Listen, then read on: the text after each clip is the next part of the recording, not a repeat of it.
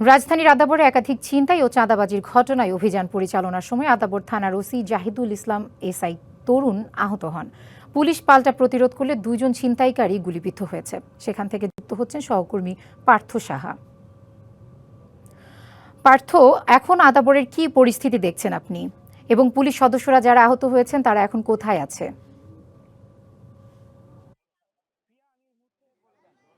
প্রিয়া, আমি এই মুহূর্তে মোহাম্মদপুরের ঢাকা উদ্যানে অবস্থান করছি। মূলত আজ সকালে একটি বিকাশের দোকানে অতর্কিত হামলা চালায় ছিনতাইকারীরা এবং সেখান থেকে মোবাইল ফোন এবং নগদ অর্থ নিয়ে যায়। সেই তথ্যের ভিত্তিতে এবং সাম্প্রতিক সময়ে ঘটে যাওয়া যেসব ছিনতাই, অপহরণ, এই সমস্তর ভিত্তিতেই মূলত আদাবর থানার যে ভারপ্রাপ্ত কর্মকর্তা রয়েছেন তার নেতৃত্বে কিন্তু একটি অভিযান পরিচালনা হয় এবং এই অভিযানে এসে আদাবর থানার ওসি এবং একজন সাব ইন্সপেক্টর কিন্তু এই ছিনতাইকারীদের হাতে যে দেশীয় অস্ত্র ছিল সেটা কিন্তু জখম হয়েছে এবং সেই বিষয়টি মূলত কন্ট্রোলে আনতে বা সবকিছু স্বাভাবিক নিয়ন্ত্রণে আনতে কিন্তু ওসি গুলিবিদ্ধ বা ফায়ার করেন এবং সেই গুলির কারণে এই যে ছিনতাইকারী রয়েছে তাদের ভিতরে 4 জন কিন্তু এখানে আটক করেছে।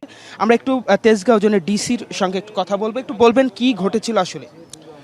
আসলে আমাদের সকালবেলা সেক্ষেত্রে সাথে একটি বিকাশের দোকানে ছিনতাইয়ের ঘটনা ঘটে। চাপাতি ঠেকিয়ে বিকাশের দোকানদারকে চাপাতি দিয়ে কোপানো হয় এবং উনি এখন হাসপাতালে ভর্তি। তো এই তথ্য জানার পরে আমাদের আদাবর থানা পুলিশের টিম গ্রেপ্তার অভিযানের নামে আসামিদের। তো এরই ধারাবাহিকতায় আদাবরের ওসির নেতৃত্বে একটি টিম খবর পায় যে এই আমার পেছনে যে এলাকাটি দেখা যাচ্ছে, রুমটি, এখানে বেশ কয়েকজন আসামি লুকিয়ে আছে। এটি জানার পরে ওসি সহ আমাদের আদাবর থানার টিম এখানে এসে যখন এই জায়গায় ঢুকতে চায় তখন ঢোকার পরপরই তারা অতর্কিত চাপাতি দিয়ে আমাদের টিমকে তারা কোপাতে শুরু করে। এরই এক পর্যায়ে দেখা যায় আমাদের ওসির হাতে কোপ লাগে, আমার আরেক সাব ইন্সপেক্টর তরুণ তার হাতেও কোপ লাগে। তো পুলিশ তখন আত্মরক্ষার্থে পাল্টা গুলি করে, 4 রাউন্ড গুলি করে। এর ফলে 2 জন অপরাধী তাৎক্ষণিক গুলিবিদ্ধ হয় এবং বাকি আরও 2 জনকে আমরা আইনের আওতায় আনতে। ধন্যবাদ। শুনছিলেন আমরা কথা বলছিলাম ডিসির সঙ্গে, তেজগাঁও জোনের ডিসি মিজান।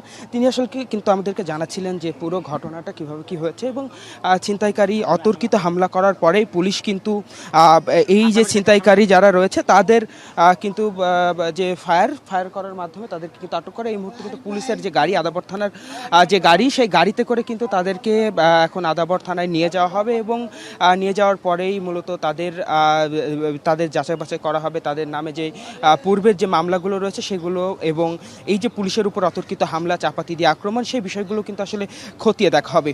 কিন্তু এই ছিল আমার কাছে বর্তমানে ঢাকা উদ্যান থেকে সবশেষ। ধন্যবাদ পার্থ আপনাকে।